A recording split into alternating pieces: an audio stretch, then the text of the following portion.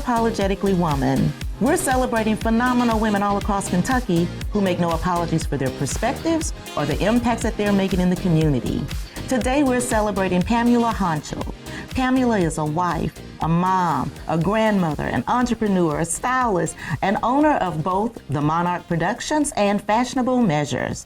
Unapologetically Woman, Pamula Honchell, that's you. Congratulations. Thank you so much. My heart's filled with so much joy. Oh, well, listen, I am so glad to be able to meet you today and have a conversation with you. Tell me about your businesses, Monarch Promotions. So Monarch Promotions started over 26 years ago, and that is doing advertising, marketing, PR, and branding for any business. But I specifically love working with females who have a vision and a dream and a passion for starting their own business. And so they're the expert at what they do, and they need a little assistance with branding, marketing, and how to go in that direction. So I do have a lot of female-owned businesses, but then I have been blessed with clients like the Kentucky Castle and other wonderful You've people. had some high-profile clients as well. Yes, I've had a lot of medical clients, but doing the PR side of Monarch Promotion is what I love. I've been able to, Tim Conway from the Carol Burnett Show, he would come in town because he was very fond of a nonprofit here that they did for Injured Jockey Foundation was the name of the nonprofit. So Tim Conway would come in every year to promote that and be a part of it. And I was privileged that I would schedule all of his media and literally pick him up in the car and drive him to all of his interviews. And sometimes he would insist that they pull up a chair and I'm in the interview with him. So it's kind of intimidating. Yeah. That's fun. Now, I read somewhere that your passion is helping small businesses. Yes. I love to help small businesses reach their goals because that way I'm more of a part of being able to, you know, when I was a kid, my prayer to God wasn't necessarily a particular business, but it was, Lord, I want to help lift others up and what they do. How on earth could I ever do that? And then, you know, he figured it out. So to be a part of someone, you basically come to me and they tell me about their passions and their dreams, and I encourage them in whatever direction I can. And then once they establish the foundation of their business, then I help them to do branding, PR, marketing. And so with PR, a lot of times with the Kentucky Castle and all clients, I develop a link with a local nonprofit. So that way we're helping a nonprofit and we're also building our brand as the way we want to as a big part of the community and compassionate about our community. Oh, wow, that's incredible. So you talked about when you were young and you would pray, you know, I want to be able to help people. Was there somebody that influenced you in your life, or was there something that happened that pushed you in that direction of wanting to help people? Well, I was very poor with you know, the clothing was hand-me-downs, and I'm a very tiny person, so nothing ever fit and things like that. And I just knew that someday, I was determined that someday I was going to be somebody, and that when I got to be somebody, that everyone I could possibly lift up in any way, I wanted that to be, I even remember telling the Lord, I want that to be my job. You were having real conversations. You got to have them. He's got to know. Yeah. My mother-in-law always says, pray for what you want, not what, you know, go ahead, be specific about what you need. Yeah. So I think that's incredible. So not only do you have Monarch Promotions, but you also have Fashionable Measures. Yes. So Fashionable Measures is a blessing, again, too, and what I do with that is I'm a professional wardrobe stylist. So I was a fashion reporter at ABC 36 and got to go to Nashville and do some work with Betsy Johnson, who some may be too young to know. But so Betsy Johnson is a designer, just like Gucci or Coach or any of those brands. And so she had a business in Nashville, and I had the honor and privilege to go down there and be backstage and style her models, and then some with the local fashion collaborative here was really a blessing to me. I loved all of those ladies. And one of the ladies here is someone that I got to work with back then, and it's such an honor to get a hug from her today and see how successful she is. See, that's fun. That sounds like it would be a pretty impressive role to be in. And we were talking off camera about the route that you took to be in the position that you are today. Mm-hmm.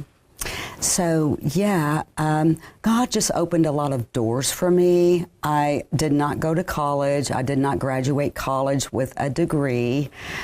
It was just something that I kind of say was something I was born with.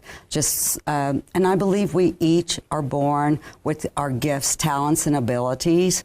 And then through circumstances in life that arise, it kind of builds our muscles. It also builds our mindset. And it makes us, kind of forms and molds and shapes us into those things we were born with a passion for. So then we can pursue those. So as you were on your journey, a lot of times people look at women that in the space where they are at that very moment, but along your journey, how many times did you have stumbling blocks that you had to overcome? Oh, many times. You know, you're a fashion reporter, you're on the news, you're doing all these segments, and then all of a sudden, that disappears and goes away. So you know, what I've found over the years is my identity is not Fashionable Measures or Monarch promotion. My identity is who I am within the community and the work that I do there. That's my identity. So if you base your identity around your position or your career, a lot of times that can cause bigger stumbling blocks. But then again, the stumbling blocks too make you stronger and help you to gain more, I guess, sort of wise counsel to yourself of, okay, check that off the list. Right. That idea didn't work, but guess what? There's one better.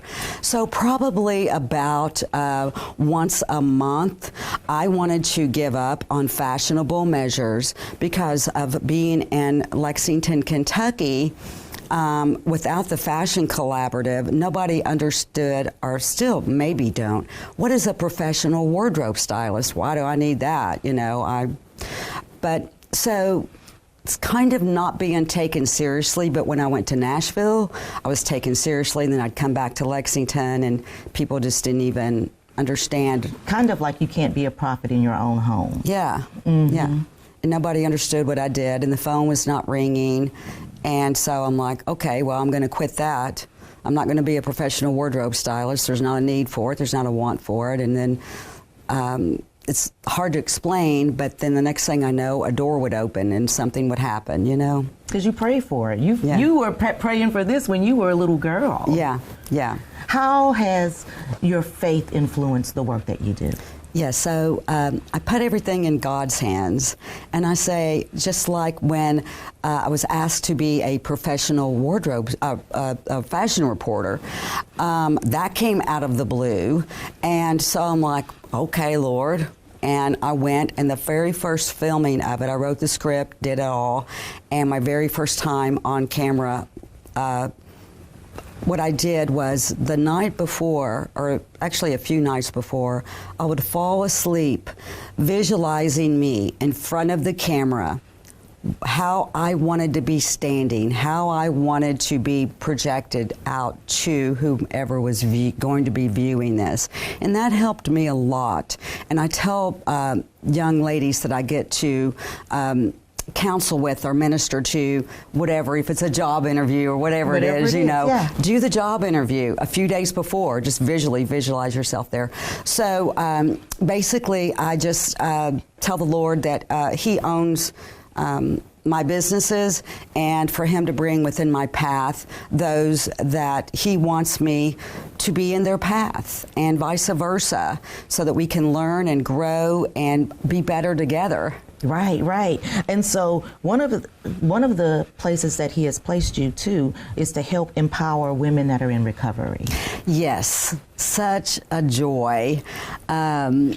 I don't know if you know about Saul Good, the restaurant, but yes. they have they help people in recovery. So I've been able to work with some females there who have overcome some of the largest obstacles that I could imagine. And so they get asked to speak and do things. And so I've been able to work with them, and we've done like team things where we would meet at Macy's, and I would have wardrobe picked out for them, never seen them, but based on the phone call, their sizes and hobbies and things like that. And then they would meet at Macy's, and one at a time they would come in and put on, and I'd style them, and they'd walk out and do their little fashion show and cheer each other on. But you know what? Fashion is important, because when you look good, you feel good, and you have more confidence. Exactly, exactly. I have a story on Facebook. There's Ladies of Lexington, and somebody anonymously had posted that her 14-year-old son had wanted to quit school, so she was homeschooling him, and he felt ugly, and no matter what in the world her and her husband did, he still thought he was ugly. So I had just put under there a comment, and I said, well, I'm a professional wardrobe stylist. If you think that would help him, then reach out to me. So she sent me a private message, and she goes, oh, he's very excited. It was a few hours after I commented, and she said, but, you know, we were homeless, we just got a home, and, you know, all this. And I said, don't worry about it. Just if you can, they lived in another town. I said, if you can get to Lexington, everything will be covered. Don't worry about it, get here. So he got there, and it was life-changing. I prayed about everything to pick out and everything. Well, when he got there, some of the items I picked out, to make the story shorter, they both looked at each other when they saw the items, and the mom looked at me and she goes, how did you know his favorite color was red? So I didn't. But anyway, long story short to that, within 10 days, she sends me a message and said, he's decided he wants to go back to school. So a 14-year-old, and it was wardrobe that built his confidence that much. Absolutely, absolutely. And because, you know, kids are not always as nice as they should be to each other. And depending on what you wear could depend on how people treat you. Exactly. And make you feel. That is true. So awesome. So I'm going to pitch it to you. We're just about at the end of our time. For young girls or young women that might be watching and, you know, seeing you, what kind of advice might you give someone? Well, the biggest piece of advice would be to know who you are, to have ownership of you. That little gut inside I call discernment. Do you visualize yourself as a teacher, a nurse, whatever that is? Then own that, whatever it is. You may not accomplish that, but along the way you'll get to even more probably powerful position. But own who you are. Do not let the voices around you, do not let the media, do not let the magazines tell you who you are or who you're supposed to be. You seek within your own gut the things you're passionate about, the things that make you excited to be a part of. And then you pursue those things, and it'll help you accomplish all that you can be. Congratulations, and thank you so much. Thank you. I appreciate it. You guys heard it from Pamula. You can be whatever it is that you want to be. Find what that niche is and continue to work towards it. If you stumble, get back up. Continue to watch as we celebrate other phenomenal women just like Pamula on Unapologetically Woman. I'll talk to you soon.